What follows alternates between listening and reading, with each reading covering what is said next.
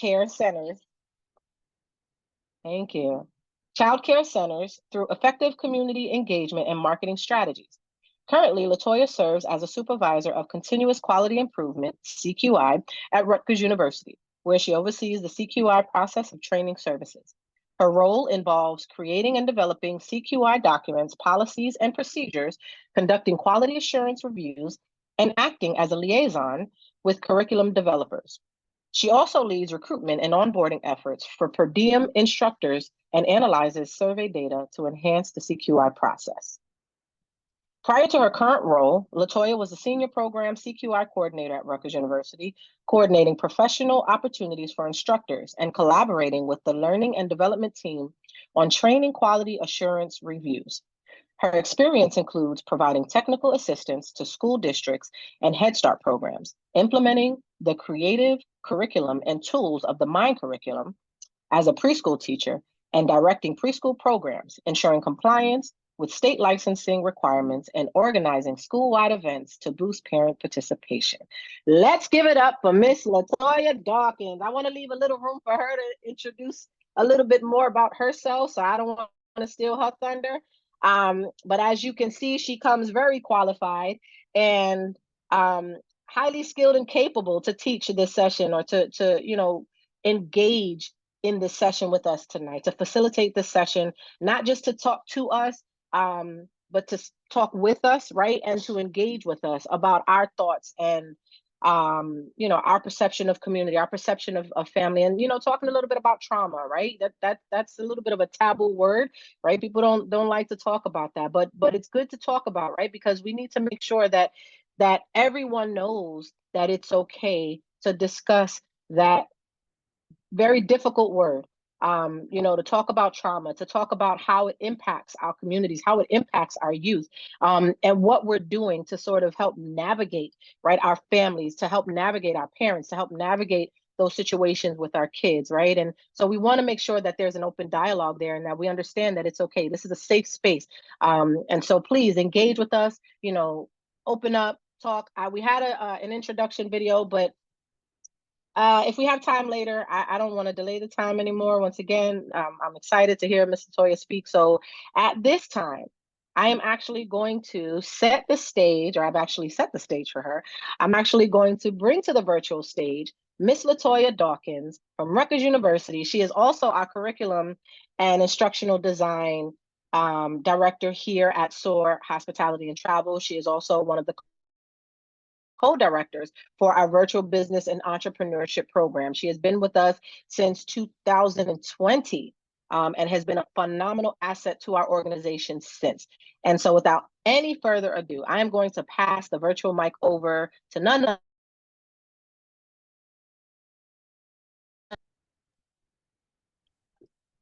Thank you. Thank you. Thank you. Thank you so much for that beautiful introduction, Miss Rosie McCamery. I'm so excited to be with you all today to talk about Connections Matter. I remember when I brought this to Rosie's, attention, and I asked her if, this would be something S.O.A.R could do. And as soon as she heard community, she said yes. So I'm excited to share this training with you all. It's a training that's near and dear to my heart. So I'm going to go ahead and share my screen. We're just going to go through some logistics and we'll jump right in.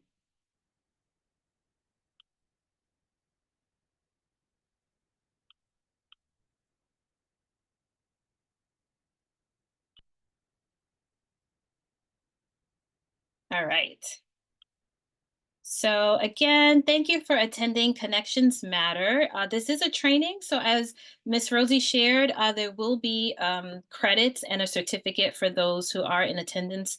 And I know that, as someone who works with continuing education all the time, I know that your time is valuable. So we definitely want to make sure that we honor that time and honor the next hour that you're going to be spending with us today.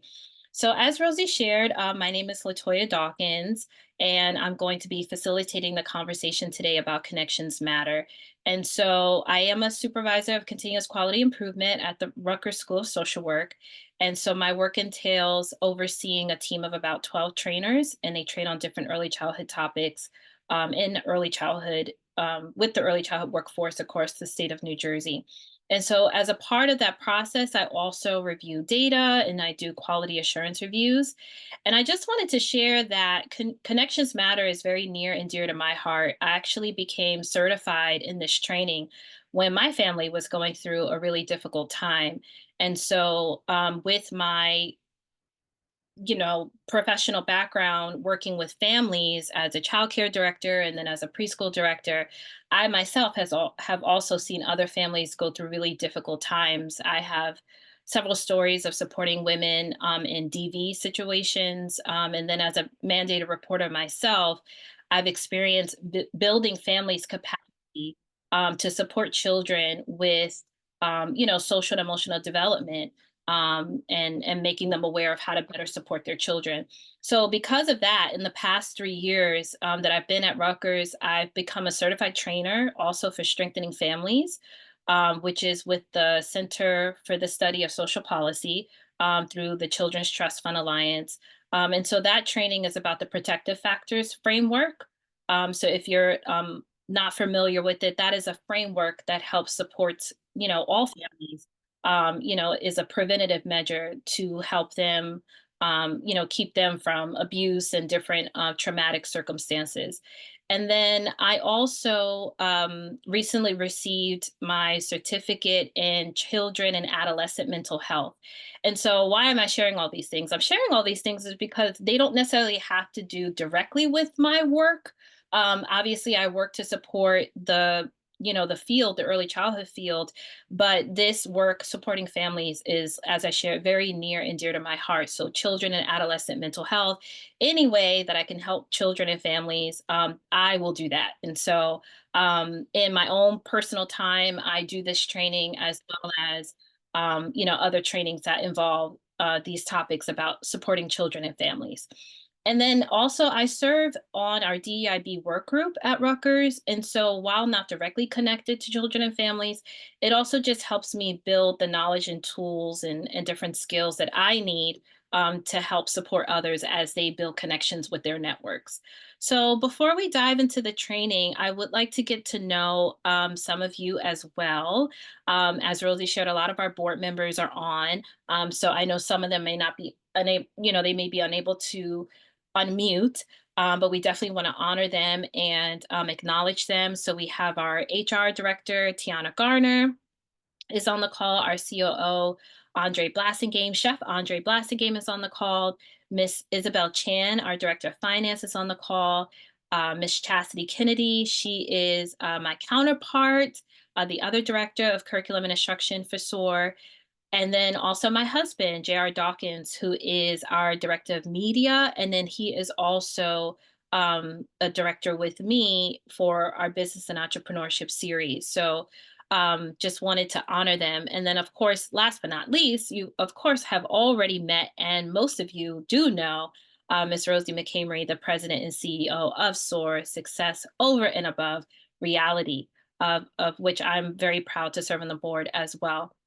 So at this time, I'm going to see who's first on my screen. I see Miss Marie, and I know you shared in the chat, but I just wanted to invite you if you wanted to just come off mute and say hello and just, introduce yourself to maybe some folks who may not have seen the chat when you shared it earlier. No problem. Hi, everyone. My name is Marie Alston. I'm with United Way of Greater Union County. I'm the Director of Youth Programs. I currently oversee, we have New Jersey Youth Corps, which is for students who are 16 to 25 for some reason did not complete high school the traditional route. And we also have our Youth Success Program for in-school youth who are 14 to 21, helping them with anything that they need to either improve academically or graduate high school. Excellent. Excellent. Thank you so much. Of Right in line course. with all of our work. Yes, Very nice to have you. Thanks for thank coming. you. I'm going to ask Miss Adalisa, are you able to unmute? I am. Hi, good evening, everyone. So my business isn't related to youth. However, yeah, as Rosie mentioned earlier, we live in the same town, and I have two children, and my oldest is he was diagnosed with ASD about 3 years ago. He's 16 and is actually in the Success Program, Marie, that you mentioned in Union Catholic. So I'm very happy about that. However, since he was diagnosed at a, I want to say later, I don't want to say later date, but later, not too early, I guess is the word I want to look for. I'm trying to find places for him. I'm trying to find, support and all that. So anyway, I'm happy to be here. Great, excellent. Thank you, Adalisa. We're happy that you're here also. Thank you for sharing already some of your personal story. I really do appreciate that. Sure, thank you. Sure. Okay, we have Miss India. Hi, everyone. So like Rosie mentioned, I used to work with Rosie at Rutgers. I think about 2017 was when I started there. I was in the tech ventures group. So it's working in intellectual property, patents from the professors and students. So I work in intellectual property. So I don't have anything to do with this type of field, but I am a mom of an 11-year-old girl. So, and I'm here to support Rosie. Awesome. Thank you. Thank you so much for sharing. Yes, if you are a mom, anyone on this call that has any type of interaction with children, youth, adolescents, any shape or form, this is definitely the place to be. So I appreciate you sharing that. All right. And I believe, oh, Miss Cynthia Cordero, a dear friend and acquaintance of mine, if she can unmute. How you doing? How's everybody? Yeah, so I was like, let me come on here because I'm a retired NYPD detective, but I worked with youth and community. That was my specialty. And then even after that, in ministry, so at the church that I was in before and even now, that's my lane with the youth. So my company and my nonprofit is also very focused on the youth because unfortunately my niece at the age of 12 took her life due to bullying some years ago, and so that is something that has become a huge passion for me. I was already in love with the youth, but that is something that really hit me hard. And so anywhere that I hear anything about youth, I try to be there. And we just took three of our teams to Jamaica, Jamaica for Jesus this past summer. And so I've been watching you, Rosie. I've been watching you and your team doing your thing. And so I was like, I got to jump on there and see, just to hear more, hear more in depth. So, yeah, so it just seems like you guys are doing great work. And yeah, so I said, I'm gonna jump on tonight. So thank you. Absolutely, absolutely. Thank you so much, Miss Cynthia. Thank you for following us. And yes, S.O.A.R is doing great things with Rosie's vision and leadership. We have been doing great things. We went to Jamaica ourselves with our teams. We went to Barbados. So we're doing great things to support our youth. So thank you so much for being here and also for your transparency and sharing a little bit of your story, which is so nice because that's what this is all about, making connections and just being there and supporting youth and families. So yes, tonight's going to be very interactive. So if you'd like to, if you're unable to unmute when we get into some interaction, please feel free to use the chat. If you want to use the raise hand feature, you're welcome to do that as well. That'll kind of move you up to the screen if you have something you'd like to share. But yes, again, really excited for you all to be here. So now that we covered introductions and we got to know each other a little bit better, I also wanted to share that I am a mom of two little boys. My oldest is 9 and my youngest is 6. So of course, as having a background in early childhood and supporting their growth and development as well, this is very near and dear to my heart. So I just want to get a feel in the room. Has anyone ever heard of Connections Matter? Has anyone ever heard of this curriculum? I'll kind of discount the board because they've been hearing about it for quite some time. But all right, so Connections Matter is a program that's funded by the New Jersey Department of Children and Families and is led by Prevent Child Abuse New Jersey. I actually used to work for Prevent Child Abuse New Jersey on the technical assistance side, just supporting early childhood programs that were either Head Start or district programs. So that's actually where I received the certification. And then, as I said, because it's outside of my professional, 9 to 5 work, I've maintained the certification since transitioning to Rutgers. So Connections Matter is a training designed to engage community members in building caring connections to improve resiliency. So I know Marie has shared her work as a youth director, and all of you that shared personal stories about your different interactions with youth. It's about building and improving resiliency. And so the focus is to prevent adverse childhood experiences and trauma, as well as demonstrate how caring connections serve as a primary buffer in the negative effects of trauma. So today we'll begin talking about the healing power of relationships, and as I shared, resilience. And it is a curriculum that explores the little things that we can do each day to build stronger and healthier families and communities. And just even in our connections every day in our professional work, I'm sure, like all of you, I deal a lot with adults. In all of my work now, I'm no longer directly in the field, so, also in our work with adults, thinking about how those connections make a big difference. So we will highlight safe and secure relationships, how it supports brain development and resilience.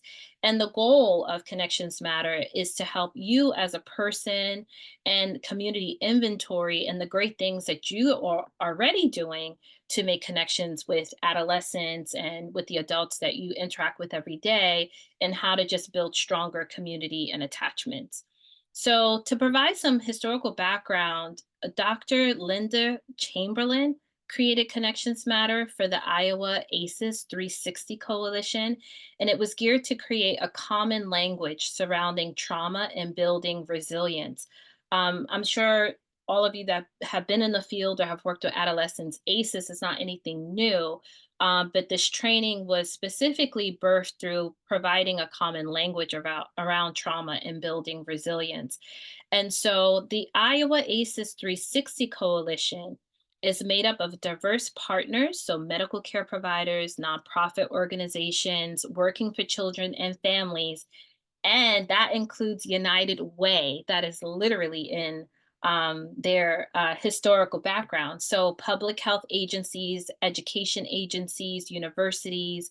It started out small, but now it's available across several states. And each state actually gets a training that's tailored to the state that they're in. So, actually, later today, you'll see that some of the data that I'm going to share is specific to New Jersey, which I love. So we can kind of, focus on our local community. So by attending this training, essentially you're part of a greater network of advocates, sharing the message that caring relationships we build with children and families and adults in our lives matter to developing healthy brains and thriving communities. So by working together, we can engage all community members in strengthening families from the start. All right, so just to go over some of the goals. So today we're going to develop and deliver a consistent and compelling public message about the importance of positive relationships and responding to trauma that stakeholders can use to encourage caring connections. We're going to educate community members about the importance of caring connections to developing healthy brains, supportive relationships, and thriving communities. And we're going to engage community members in building caring connections. So some portions of this training, because we are discussing topics of trauma, may be triggering. So if at any point you feel like you need to take a break or you need to step away, just know that I support you 100%. And, I'm also here to support you with whatever you need. All right. So, many of us, I'm sure, know someone who's having a tough time, and you all have, some of you have shared some of your personal, transparent stories. So, life comes with a lot of different challenges. So, just for a moment, kind of think of a person that comes to your mind, to the forefront of your mind, that may be going through a very difficult time.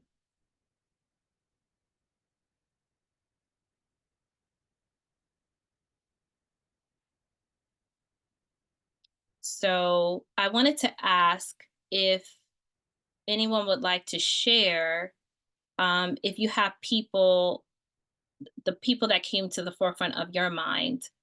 And you don't have to share details about their names, their age, or anything like that. But if you just want to share what you're concerned about, and then we'll reference back to that throughout the training.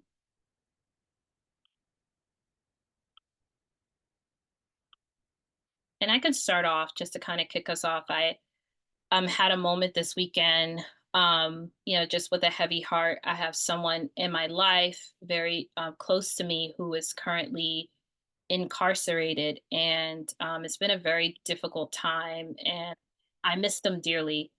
And it hits me at different times.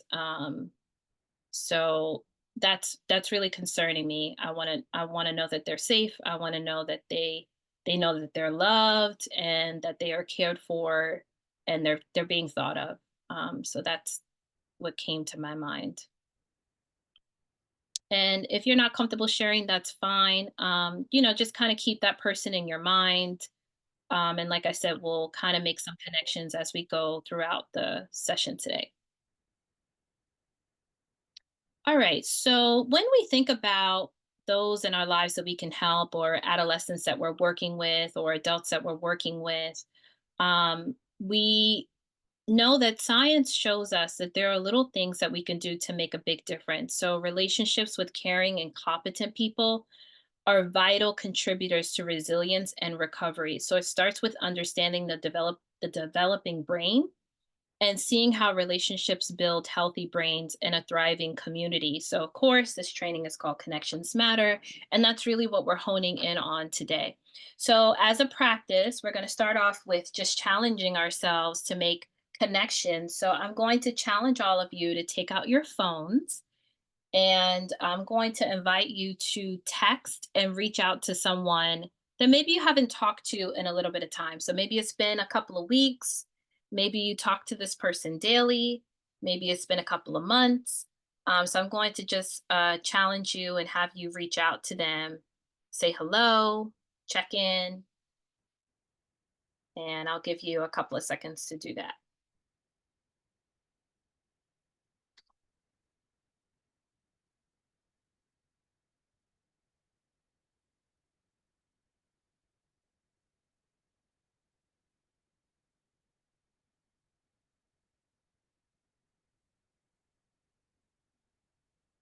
All right.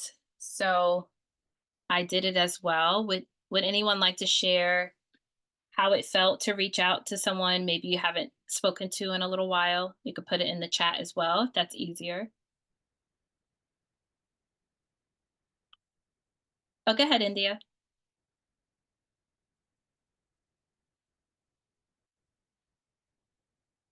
Oh, I don't know. India, did you want to unmute? I see you have your hand raised. I'm not sure if you knew your hand was raised. Hi, I was having trouble unmuting. No, that's I was in the middle of trying to text someone too that I hadn't reached out to. Actually, I had my hand raised during the first question you had asked. Oh, okay. Um, Sorry about that. that's okay. Just the area of grief. Me and my siblings, we had lost our parents within the past 2 years. Well, their dad, and then that's my stepdad, but all of us, our mother, she was the last one to pass last year. So my sister is, she's actually in social work. It would have been good if she was on this call because she works with children. But yeah, she's having a difficult time more than me and my siblings with the passing of our mother. And it's interesting with her also being in social work. And so she also has to go to therapy, you know, being a social worker for herself, you know, while she provides, you know, care um, to others.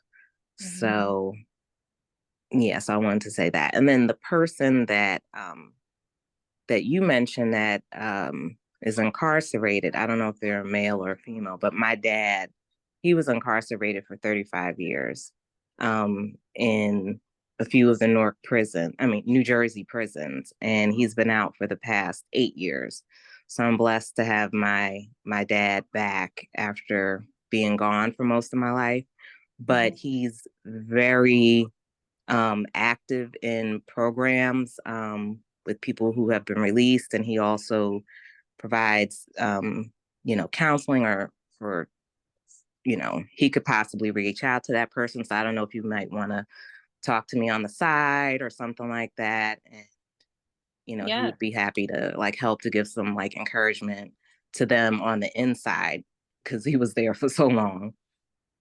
Yes. Oh, that's wonderful. Thank you so much for sharing. You're demonstrating connections right in action. Thank you for sharing that. And thank you for sharing the grief you've been going through. I'm really sorry for your loss. I know grief is a very tricky and heavy thing.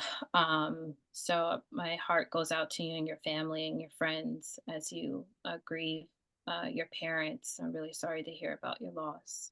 Thank you. Sure. Okay, before I move on, would anyone else like to share?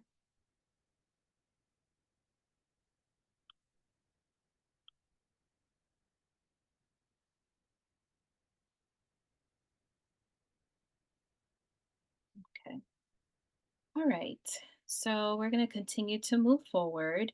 And I also wanted to share there are some resources that I'm going to put in the chat in regard to everything that we're discussing today that you can view in your own time, or even India, if you'd like to share with your sister who wasn't able to make it. And we are recording this, so this will be available, um, via our website. But there are some resources I just shared in the chat that addresses ACEs and different topics that will be addressed today. So if anyone would like to share this, with anyone who couldn't be here today, please feel free to do so. All right, so science is showing us that the little things we do, as I shared earlier, helps us to make connections, and that can help make a big difference in someone's life. So it is all connected. So we know that social connections build brain connection. Our brain, our relationships, our community are all interconnected. And this can lead to strengths and good outcomes when we take positive steps to build relationships. And so it can also lead to weaknesses when we have missed opportunities to make connections. So caring connections promote healthy brains. Without caring connections, we have poor functioning, poor relationships, and it can have a negative impact on our communities. So we think about community. I want you to consider the places where you work. We think about community, it is on a broader scale. It's not just, as you all know, our sidewalk and, maybe the small neighborhood that we live in. It can expand out into our larger communities, right? So our work, our churches, schools, childcare centers, libraries, all these different places, are a part of our larger community. So I would like to ask, in your work or even in your professional life, or even in your personal life, how do you build community?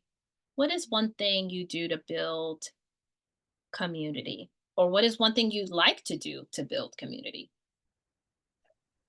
I can go. This is Adelisa. Sure. So one of the things that I've done, I actually started doing this summer. I would put these networking events together, but I would specifically do like a happy hour at my home and connect with, women. And, we could talk about business, but we talk about all kinds of things. So that was one of the ways that I mean, I've been doing that for a long time. And I'll start that up again. But yeah, so that's one of the ways. And you know what, staying in touch, because sometimes, right, we'll meet someone and we're like, oh man, I know that person. And sometimes it might be a little, I don't know, kind of, I don't want to say awkward because I'm an extrovert. So I'm like, yeah. But for some people, it may be a little challenging. But I like to keep in contact either, via text or a phone call. I'm notorious for FaceTiming people that I've just met, which is kind of awkward initially, but it works. And then they start doing it. So that's one of the things that I've done. And I've built really great friendships off of networking. So, but yeah. That's great. And I'm sure that has helped your business, kind of having relationships.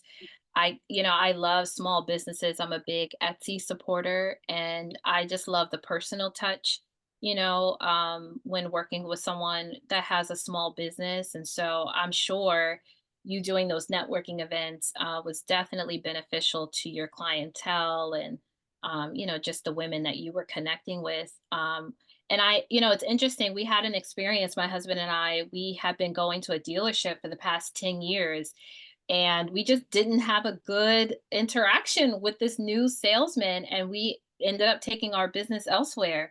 So connections are just so impactful, and we, don't always emphasize these small ways that we connect with other people and how they impact our world. So, thank you for sharing that. I appreciate that. Yeah, sure, absolutely. All right. So now we're going to talk a little bit about ACEs. So ACEs are adverse childhood experiences. So on your screen, you can see how these fall into three different categories. So again, if you've worked with children or if you've, attended a training that covered these topics, these all may be very familiar to you. Um, so, but I just interested, I don't want to assume, by a show of hands, how many people are familiar with this terms ACEs? So you can give me a virtual hand. You don't have to give me a physical hand.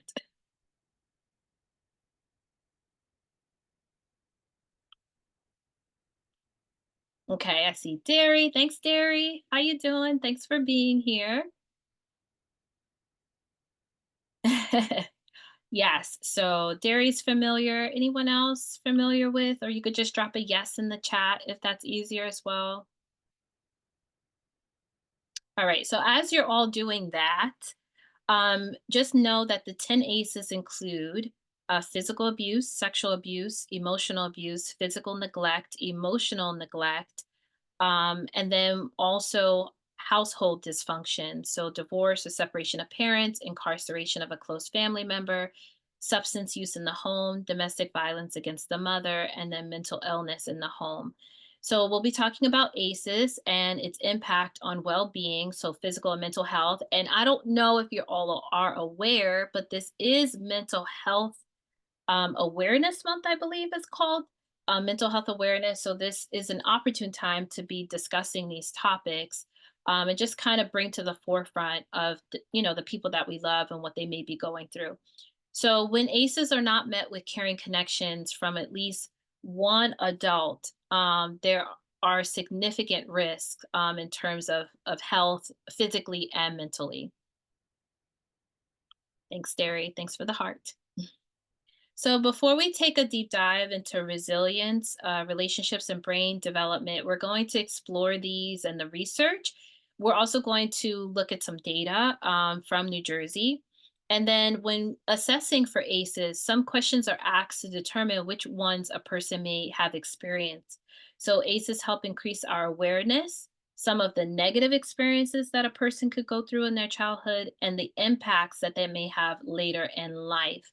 And so we will see that more than likely about 50% even in this room, as you do your own reflection, may have experienced at least one of these adverse experiences.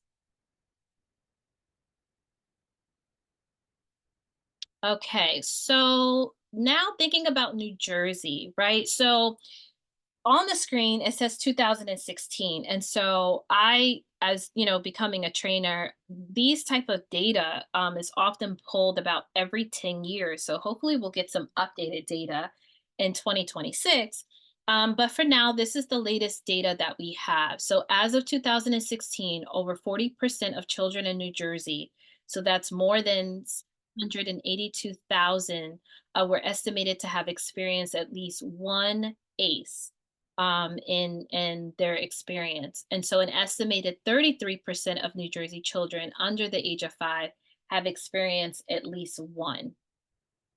And then 18% of New Jersey children were estimated to have experienced multiple ACEs.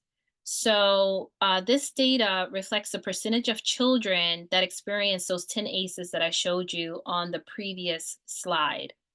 So what's interesting is that despite New Jersey being one of the most prosperous states in the country, we have some of the largest inequities. So it's important, you know, Marie's work is so important to support youth in our spaces. S.O.A.R's work is so important to support the underserved youth in our spaces. So that's just to give you a glimpse of the data that we're working here in the state of working with in the state of New Jersey. You can also go to different websites if you live in a different state and you want to see what the data for that is.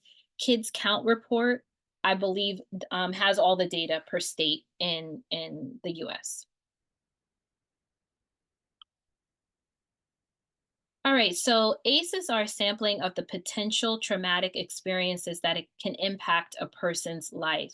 So we need to acknowledge the differences in how certain situations impact us individually. So on this slide, there are different images, and I just want to ask if someone can maybe put in the chat or come off mute. And if you want to just share what comes up for you when you look at these images. So what's happening? What are some potential traumatic experiences that might come up as, you know, someone may be looking at this photo? So you don't have to speak necessarily from your own personal experience, but when you look at this photo, what are some potential traumatic situations that may come up just from the images you see?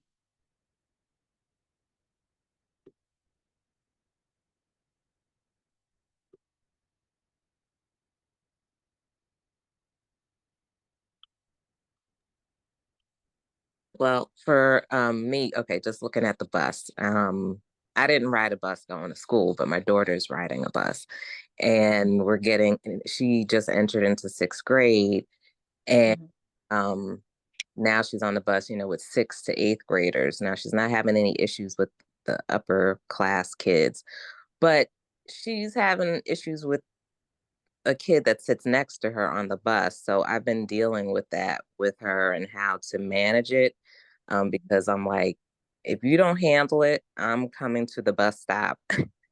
I'm gonna handle it.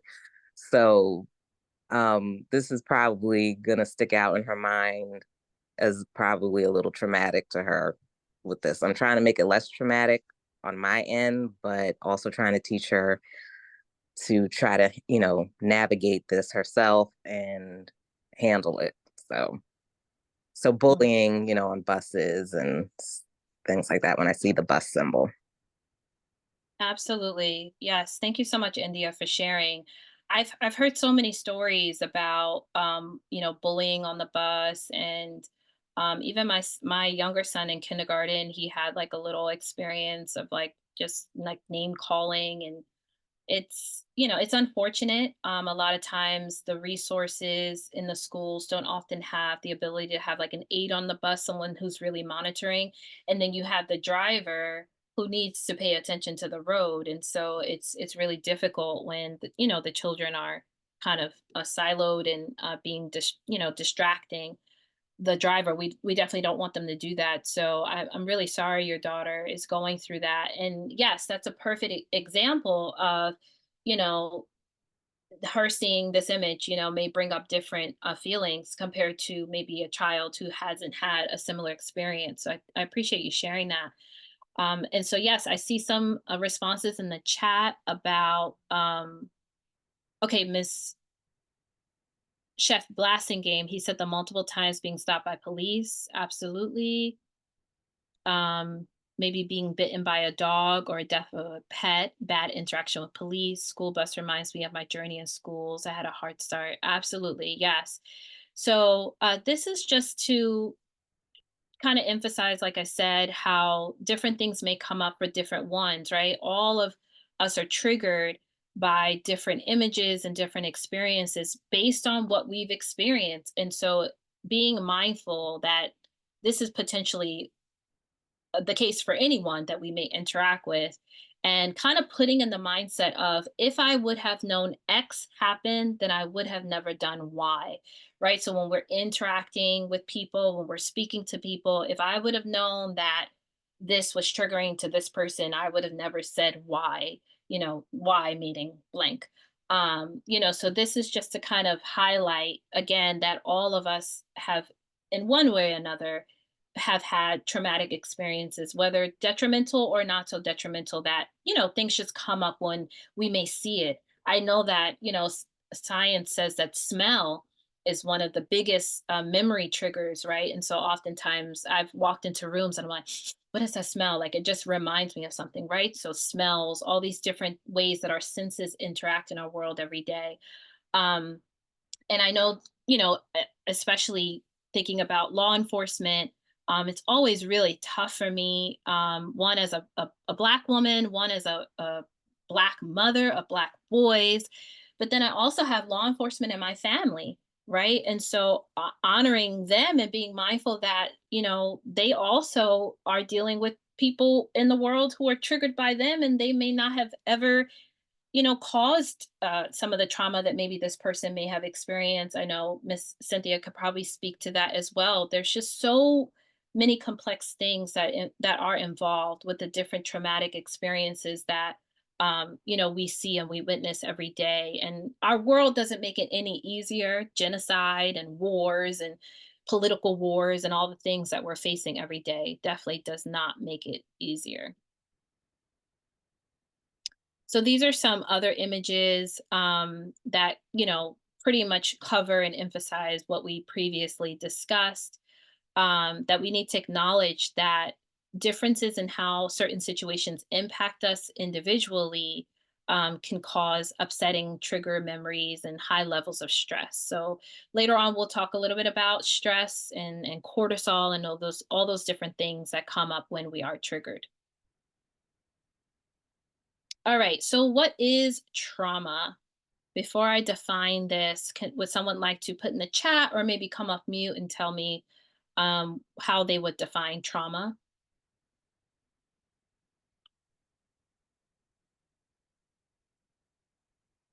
Okay, so Miss Cynthia put, yes, absolutely. It was one of the roadblocks we encountered when trying to help the youth in Brooklyn with the programs we had at the PCT, which were positive. Yes, absolutely.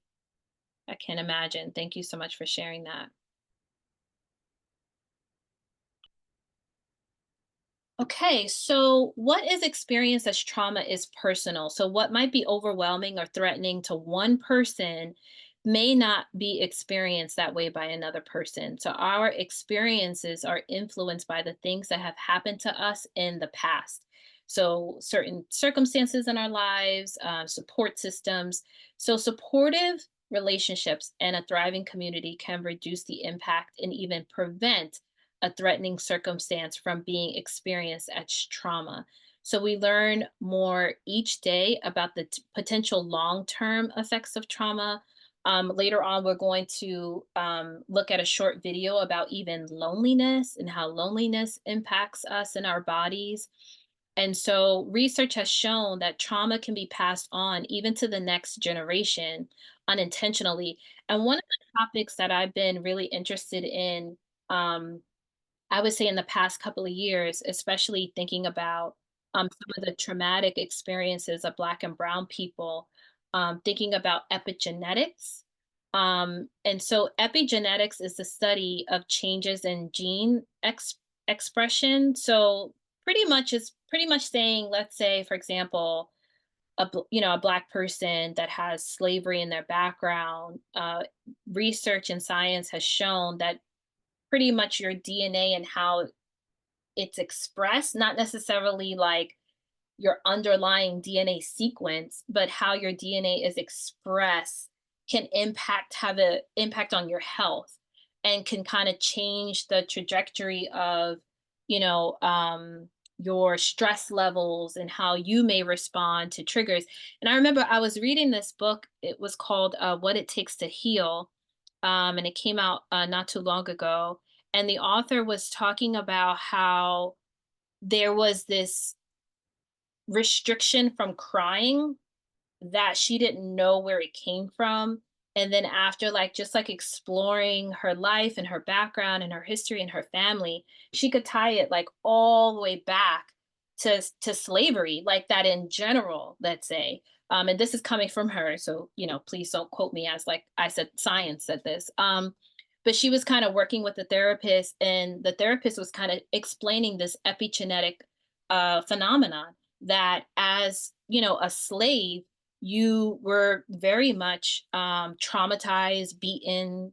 You have violence against your body for displaying tears and crying, and so it's pretty much kind of in our bodies, so to speak, to kind of restrict crying as seen as a form of weakness and all that.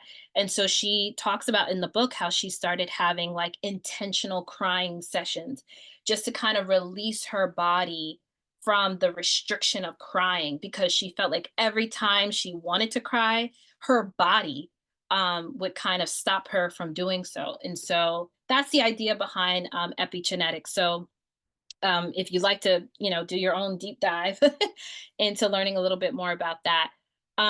So the important thing to remember is that all of this can be prevented.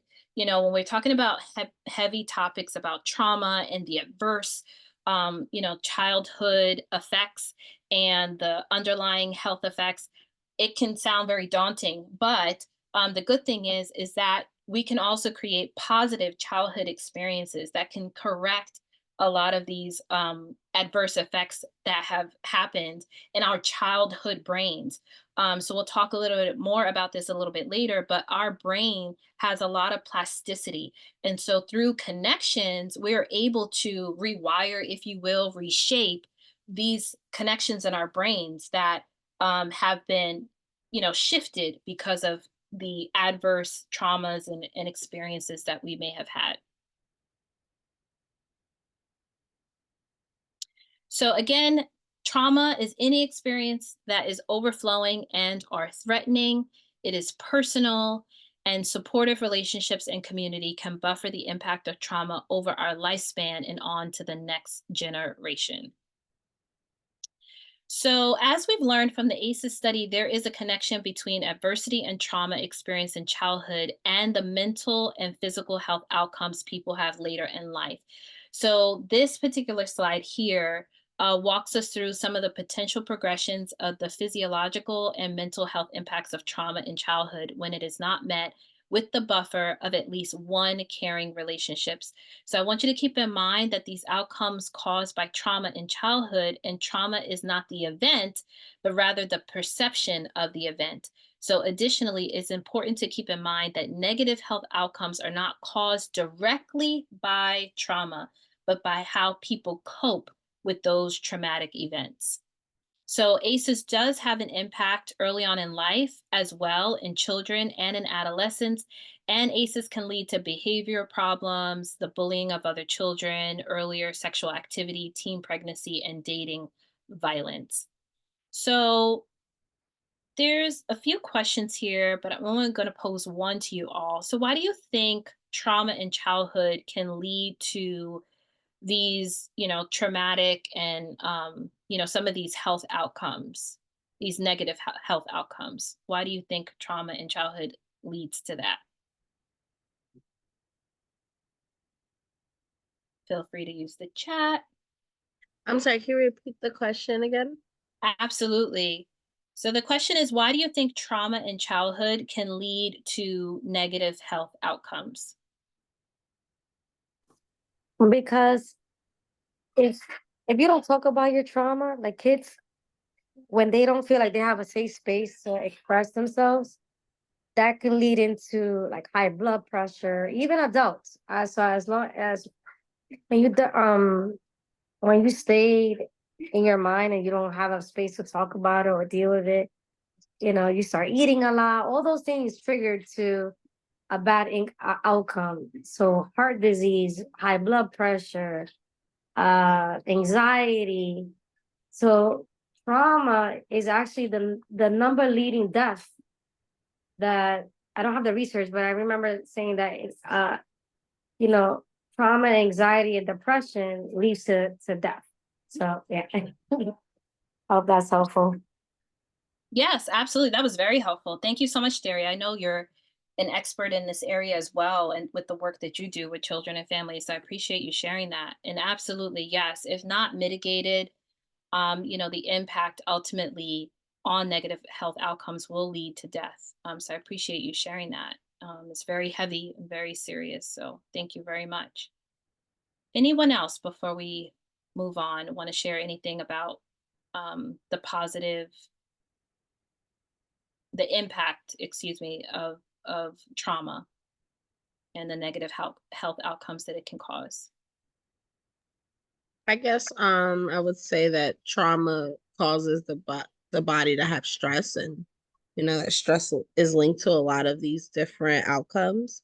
Mhm. Um and then I guess even a person who is um is the one who's being in a traumatic experience, usually how do I put it?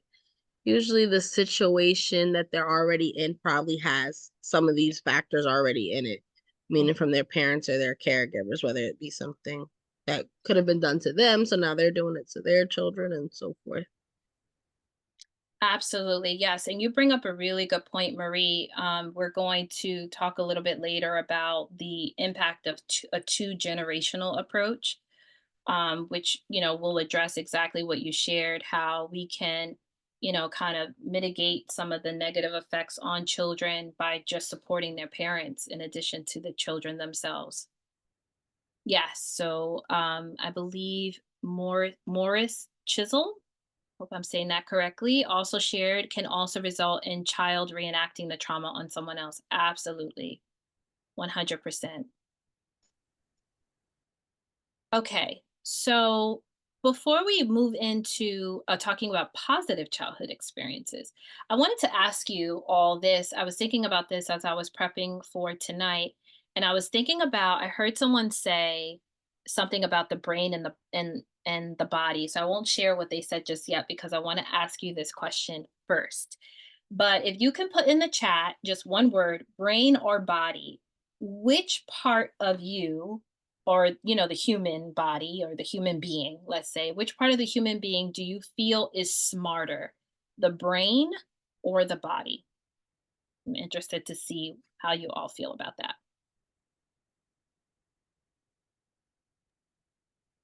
I feel like you said which one? Which one's smarter, the brain or the body? I feel like this is a trick question. I want to say the brain, but I feel like the body does some miraculous things, but I feel like it's the brain that actually tells your body to do all these things. So I'm gonna go with brain. Gonna go with brain, okay. And India says body, okay. Chef Blasting Game says body. Anyone else?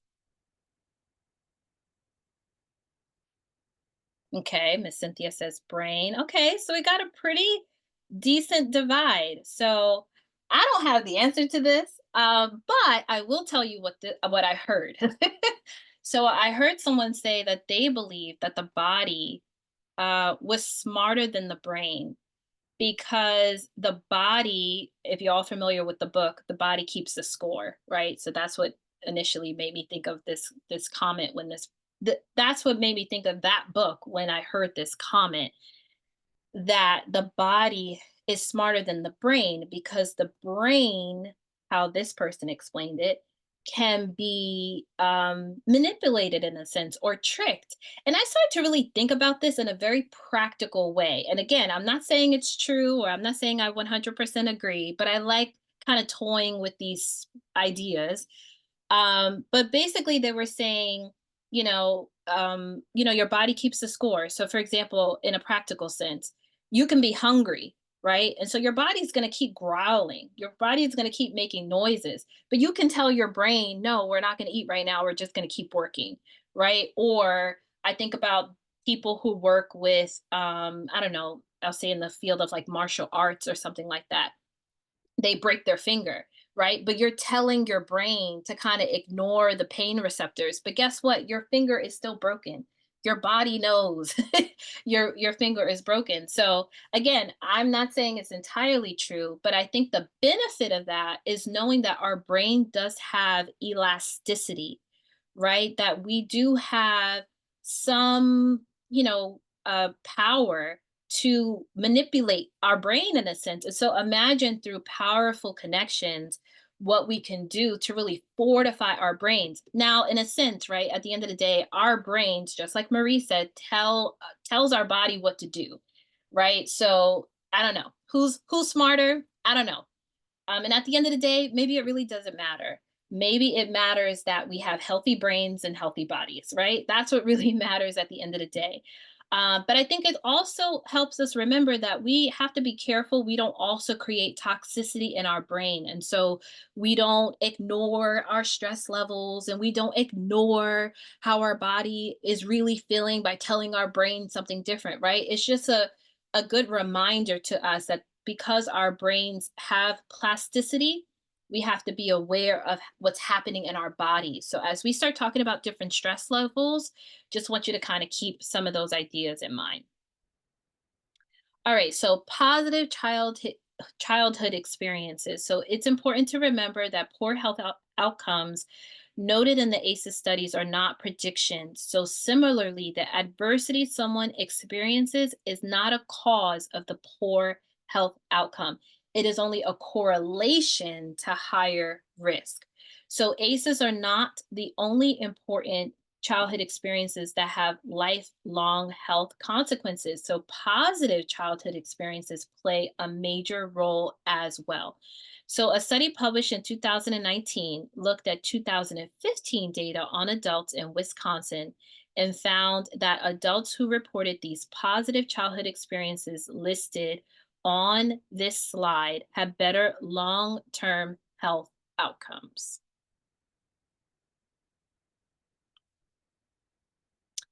All right, so this is a video, and because of timing, we won't play the video, but this video is actually in the link that I shared earlier, and I'll put it in the chat again where all of the resources are for today. But it basically goes over brain development, the long-term impact of trauma, how to buffer things like toxic stress, ACEs, and it also provides an overview of the impact toxic stress has on the brain. So please feel free to review that at the link that I shared in the chat. All right, so now we're going to talk about the developing brain. And so we'll talk a little bit about the downstairs brain, and we'll talk about the upstairs brain. And we'll talk about why brain development is crucial during the early years of our lives and then continues throughout our lifespan. So while we are thinking about, supporting our adolescents and the youth in our life, we're also thinking about the long-term effects on these youth, the long-term effects on ourselves, right? In regards to brain development. All right, so Dr. Dan Siegel, he has written several books about brain, about trauma. And so he introduced this concept of the upstairs brain and the downstairs brain. And it's a way to kind of just look at how the brain works. So if we think about the downstairs brain, if we think about a house, so this is the part of your brain that focuses solely on survival. So this is where your breathing comes from, your heart rate, other core functions of your brain. And in terms of survival, this part of your brain is what's going to tell you to fight, flight, freeze, or appease. Or I've even heard some people say fight, flight, freeze, or freak out. So depending on how you would define it. So what happens in the downstairs brain? Is it a conscious choice? No. So when we are stressed, our bodies release cortisol, which puts us in a survival mode. And cortisol is responsible for making our heart beat faster, our attention span shorter, our judgment is impaired, right? We've all experienced that where something happens and our heart starts to beat fast and we don't really have control over that. It's just the survival part of us that essentially also is aiming to try to protect us in a lot of ways. But we're going to talk about the effects of the high levels of that cortisol. So when the high levels of cortisol build up in our bloodstream, it can cause adverse health experiences. So when people are in their downstairs brain, it's difficult for them to control their emotions. If we think about children who may have, issues with self-regulation, following rules and directions. So if a child is living in a home with an abusive parent, we're not going to expect them to have similar behaviors as a child who's not in a home with an abusive parent because their cortisol levels are different and they're always in survival mode, right? And so the slamming of a door or, an image of, I don't know, a comb or, something that might have been used in abusive behavior, it will be triggering for them as opposed to a child who may not have experienced that. And then we have our upstairs brain. So this is the area of our brain where we have higher functioning. So this is where we have decision making. This is where we're setting priorities. We're understanding the difference between right and wrong.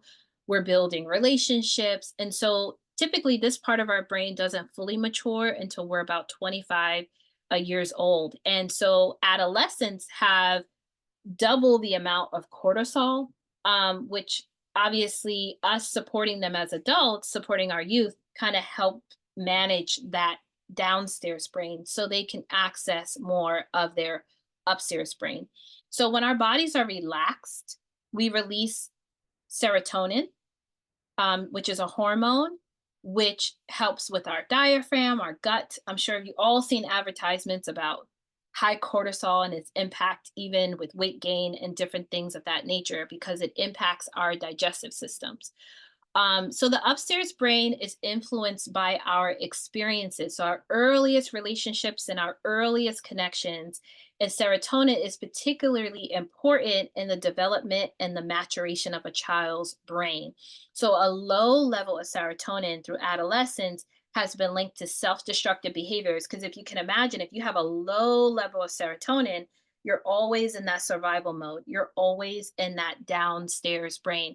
I even heard it described as like, how when people say like he flipped his lid, is that kind of idea of like he flipped his lid. So he's no longer accessing the high functioning part of his brain that's helpful with decision making and logical thinking, but you're just accessing that survival part of you that is driven by stress and high cortisol levels.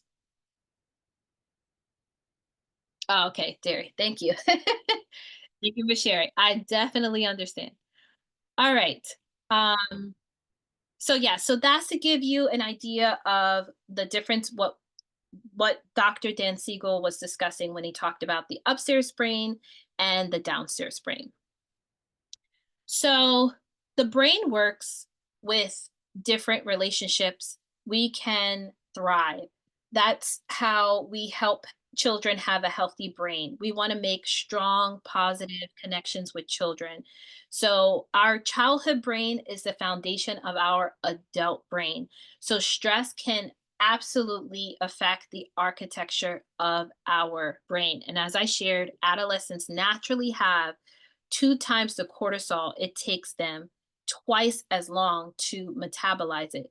So think about the impulsivity that adolescents have. I even think about, even with my own children, even with my older son, that's 9, sometimes things that happen to him are way bigger than I'm expecting them to be, but it's because of he's wired, right? He's wired this way to have these high doses of cortisol. And so it's a good reminder for me as a parent that that's what I'm here for, to help support my boys and to help them access their upstairs brain and hopefully help them continue to access it as they get older. So, how do we help children access their upstairs brain? I want to hear from you all. If you want to put it in the chat, how do we help children access their upstairs brain?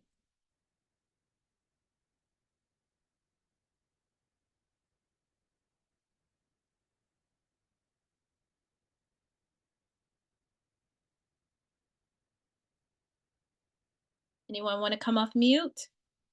Maybe in your work, Marie, you helped the youth in your program access their upstairs brain. Hi, this is Madonna. How you doing? Good. Sorry, Hi, I came on Madonna. late. I would say a good place to start would be to lend support and to encourage them and to use positive reinforcement with them, because sometimes a lot of children don't get that at home, and it's not through fault of their own. It could be what they're being spoon-fed. As when I came on, you were speaking about um just children regurgitating what they're fed. Their parents could just be doing the same thing to them. So reinforcement, re-encouragement, and just love and support, affirmations, I believe. Absolutely, absolutely. Thank you. Yes, You're I welcome. love that. Affirmations. Adolescents need to know that they are valued, that they have everything they need to be successful, that they are loved, they are cared for, they are thought about, they are important. They make an impact. Yeah, so I agree with all of that. And there's some great responses in the chat as well. Create a safe space for them, give them a safe space to talk about their experience, provide models. Yes, absolutely. I think for me too, I'm learning with my boys to not always, unless, obviously the situation lends itself, but also helping them in decision making, right? That's a good way to help them access their upstairs brain, right? Okay, let's think about this. Okay, let's think about, if you made this decision, what impact would that have on you, right? Just kind of having these small ways, even in their lives, that they can access and kind of exercise their upstairs brain. Yes, catching them doing good. Absolutely. Absolutely. Yes. And celebrating that, right? And so there is a recipe even for decompression. So, we're all not going, life is going to life, and we're all going to have challenges. And so I think it's also important that we support children with a recipe for decompression. So, if you're working with children, working with youth, simple breathing exercises. We used to tell my younger son, smell the flowers, blow out the candles. And these are things you want to help children do ahead of time. Having a child breathe when they're already triggered is not helpful.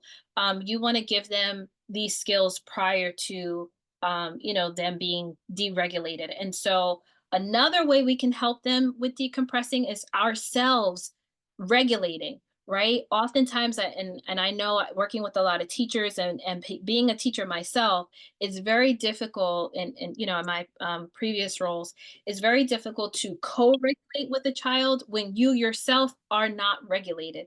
And so I think everything we're talking about today to help support children, we can also, as adults, be mindful of this as well. What are we doing to be mindful of what's happening in our body? Are we breathing? Are we exercising? Are we drinking water? Are we taking care of our basic needs? I see 2 hands raised. I saw Derry first, so I'm going to have her unmute and share. Hi, I was looking at your first question about um how does this work when it comes to different relationships? I mean, even today, understanding like we all go through some type of trauma, childhood trauma, and how that affects, our adult. So there's the childhood in me, and then there's the adult me, and everyone has went through some type of trauma in their lives and how they're dealing with it. And you mentioned those high and low, um, how our brain and chemicals works. So even understand when we're building connection is just kind of understanding that everyone, although you're putting a smile, you know, you don't know what someone is going through inside, what they're dealing with. So I always look at my coworkers when they have like that high, they come in that strong energy. I'm like, Lord, I pray for them. Because that cortisone is, you know, so just understanding that too, like it was really good to understand like that everyone is dealing with some type of trauma, and sometimes folks don't know that they're still they haven't dealt with trauma, their childhood trauma. So I was answering the first question. Yeah, absolutely. Thank you so much. I appreciate you sharing that.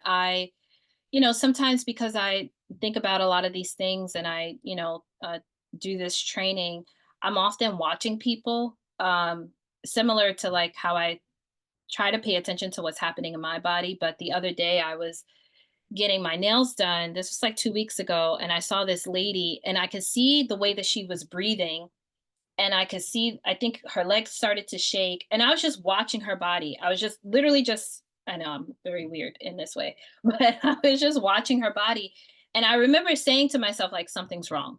Like, something's wrong. Cause I was just seeing how her body was reacting. And then I think within like 5 minutes, she just started to cry. And then being nosy and continuing to watch her, kind of overheard her talking about, she was with a nursing group and she was talking about one of her patients that wasn't doing well. So yeah, our bodies will definitely keep the score and let us know. And I think being mindful, like you said, Derry, of interacting with the adults in our lives and interacting with the people that we love and care for, and kind of always looking at it from the mindset of what we talked about earlier, right? Being more aware of how we show up with people, how we talk, how we interact, so we can, support people in the different traumatic experiences that we may not even be aware of. So Marie, please share.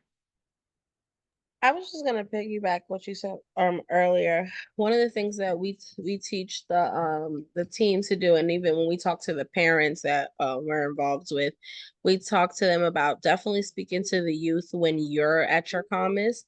You just get the most out of the conversation versus when you're upset, because then they just shut down and then you really don't get anywhere far. So one of the things that we do is we give them an option.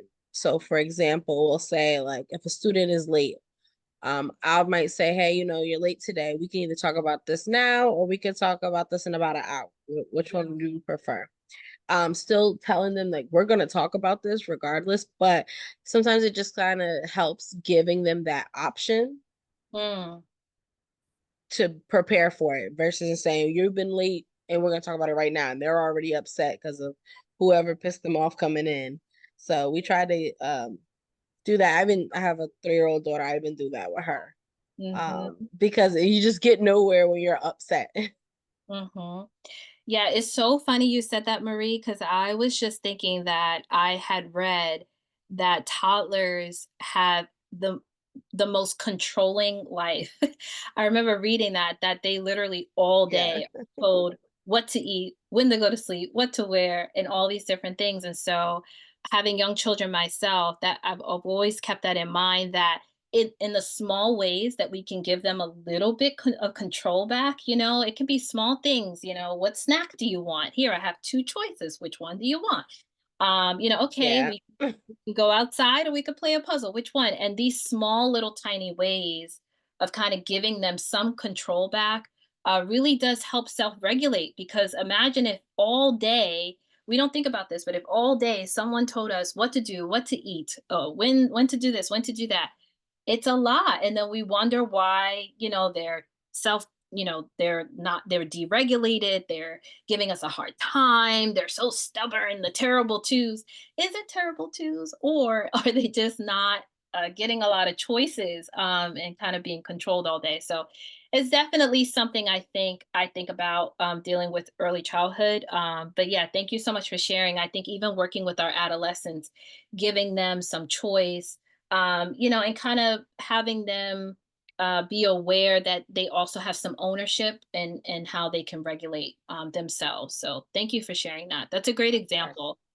Yeah. When someone's late, they're already deregulated, so it doesn't help to Yeah. further. And Yeah. what we do is we kind of like give them the choice, but and I use the example of sometimes, like for example, we have a rule at the youth corps office that they can't have their cell phone during class time. It has to get locked up. And sometimes, we'll be going good, and then one student comes in and they're like, "No, I'm not giving them my phone today." And I said, "Well, okay, we can either put our phone in the box and follow the rules that we came here to do. We can have a good time at class, and you can have it at lunch, or you could go home for today. Which one would you like to do?" And I kind of like, I, I make sure that I'm calm when I'm saying it, and then I allow them to think that through. And, those who say, "Yeah, I want to go home," okay, we'll see you later. I hope you have a good day tomorrow. And 9 times out of 10, the student will be like, "You know what? I'm going off. I'm just gonna go ahead and do what I said I'm gonna do." And but I just give them that Yeah, yeah, no, that's great. In the same book I was referring to, What It Takes to Heal, the author said that one of her teachers has shared with her that the most powerful body is the relaxed body. Because when you're relaxed, you're not tense. You have a lot of options in what you can do with your body. So I think oftentimes especially when working with children, they often do get a little confused when they see us regulated and they're deregulated. It's kind of like they start questioning themselves, like, wait, why am I going home? What is this all about? So yeah, I appreciate you sharing that. That was really impactful. All right, so we are over time, but I definitely just want to leave you with a few slides, and I'll breeze through them just to kind of recall some of the things that we talked about. So, brain plasticity.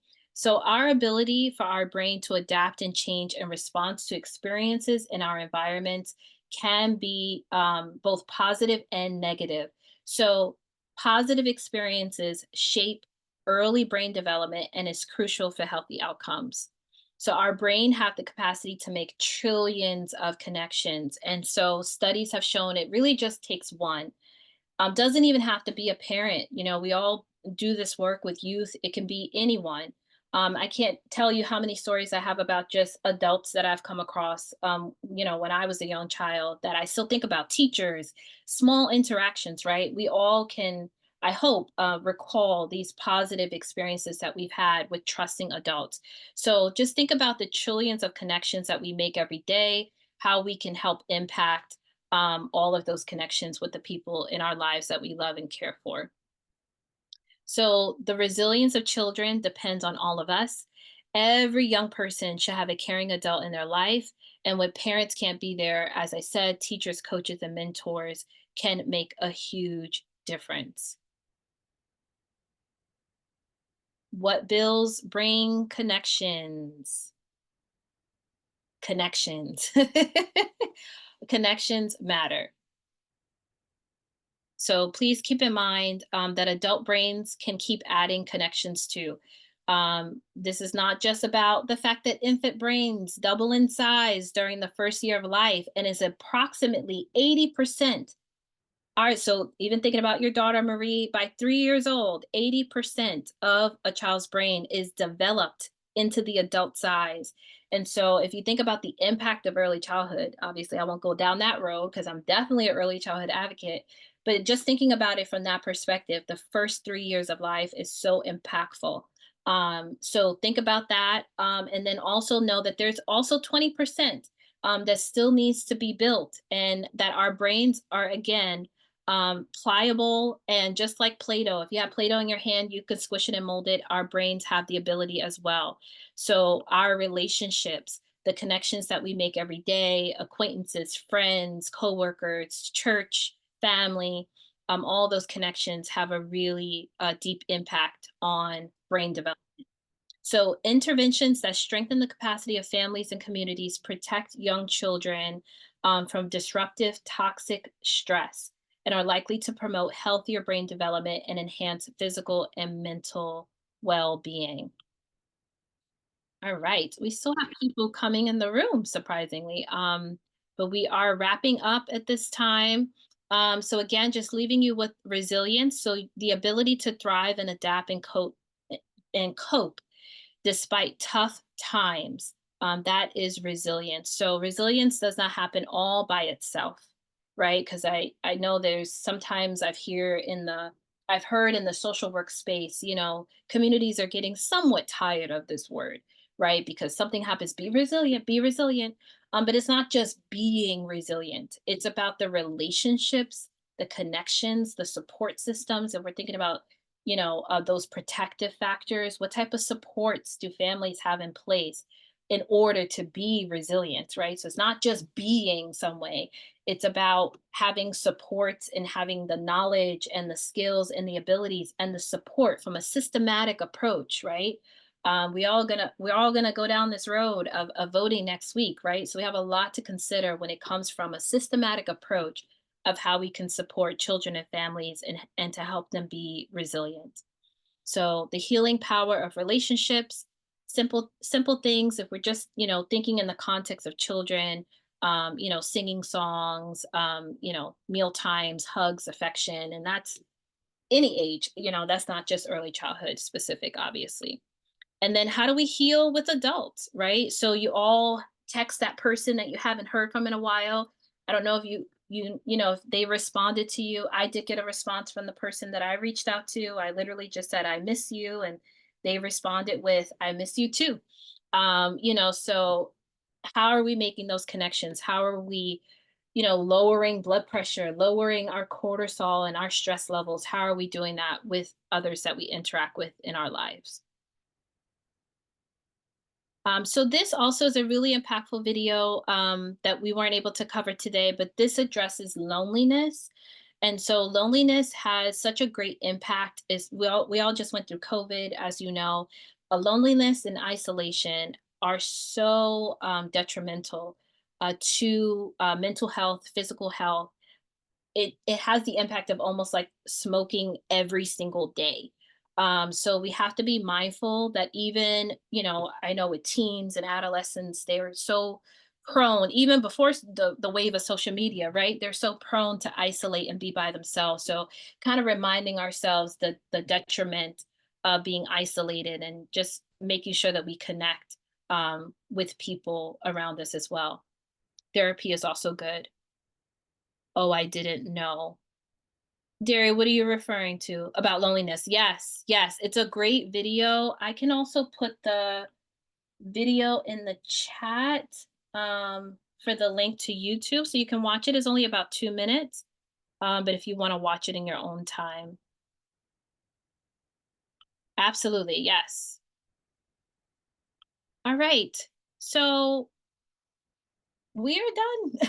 I'm going through all these slides as a review, but it's up to us as a community to make sure all young people have the kind of nurturing experience they need for positive development.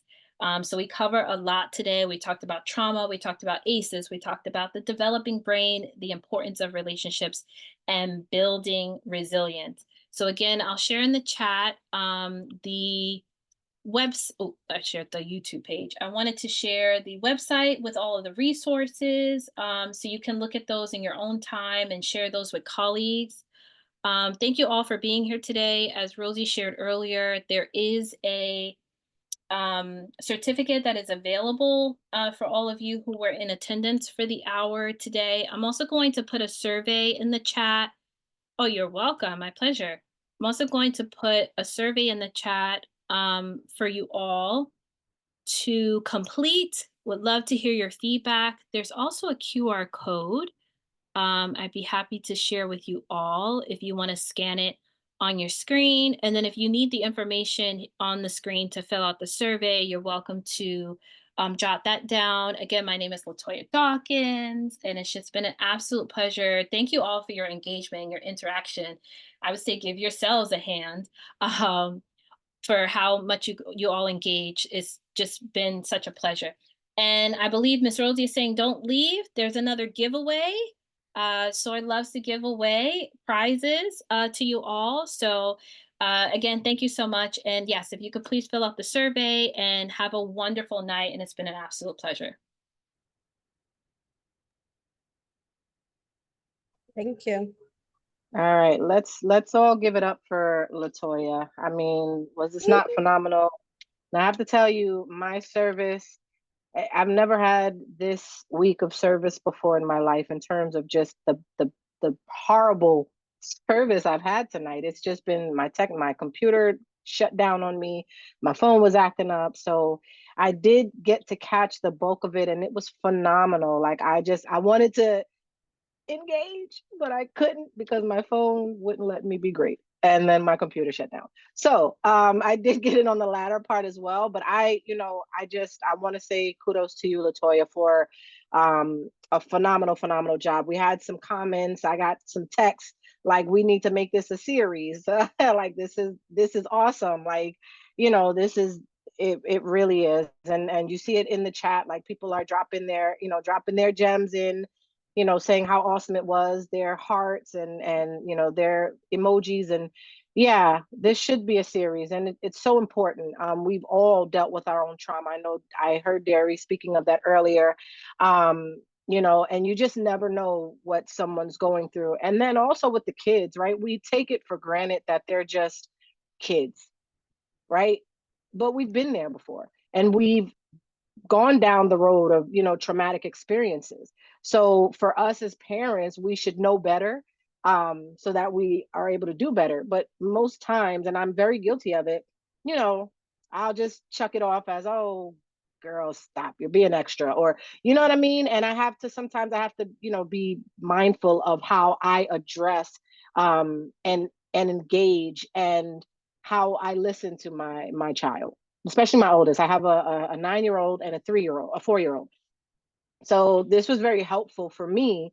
I'm always asking, like, God, please teach me how to be a mother. Like, I didn't have that so much growing up, and that was, some of the things I wanted to share. I just couldn't get to it, but it was just a phenomenal class, and I thank you so much. We talked about the triggers, and you talked about the smells. I heard that part, and I was like, oh my gosh, this is so amazing, because there's so many things that you don't even realize are that will trigger the trauma from childhood in your very much adulthood life.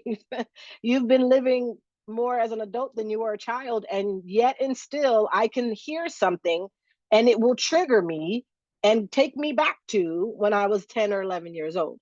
That is powerful, how the brain and the mind and how the body works. So I would say, to answer that question going back, I think my body was stronger than, or rather I don't know, that was a hard one. Because I was like, I think, just growing up, I had to grow up fast. So for me, I had to think fast. I had to always be 2, 3 steps ahead. So in my mind, my brain was faster.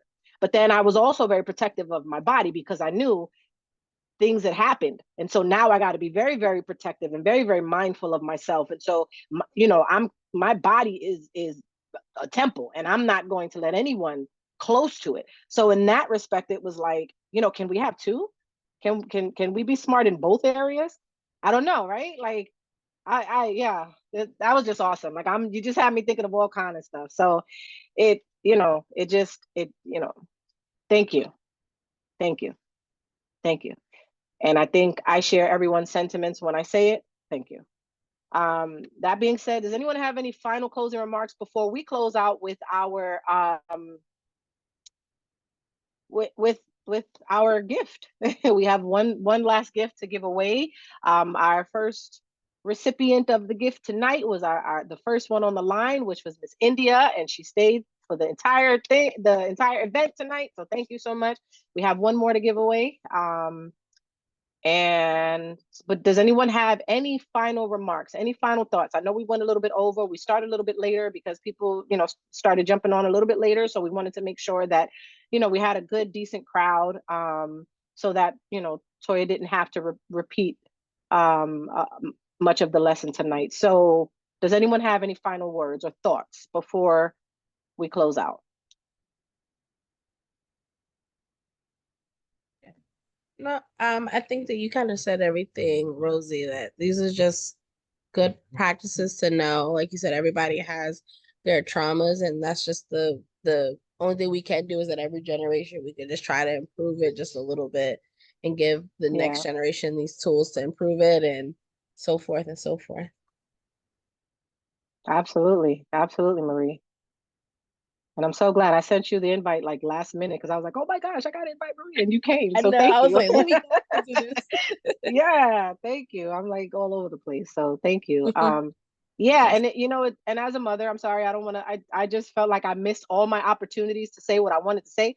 But as a mother, you know, one of the other things is feeling the guilt. I think someone mentioned it earlier today, right? The guilty, you know, the guilt that we have as women, right? There's so many things that we have against us, right? We're women of color, right? We're strong women, we're, you know, we're educated women, you know, we're mothers, where there's so many hats that we wear, right? But I think one of the main stressors for us is trying to balance life, right? Trying to balance motherhood, trying to balance all of these hats that we wear and not try to be the superhero in the process.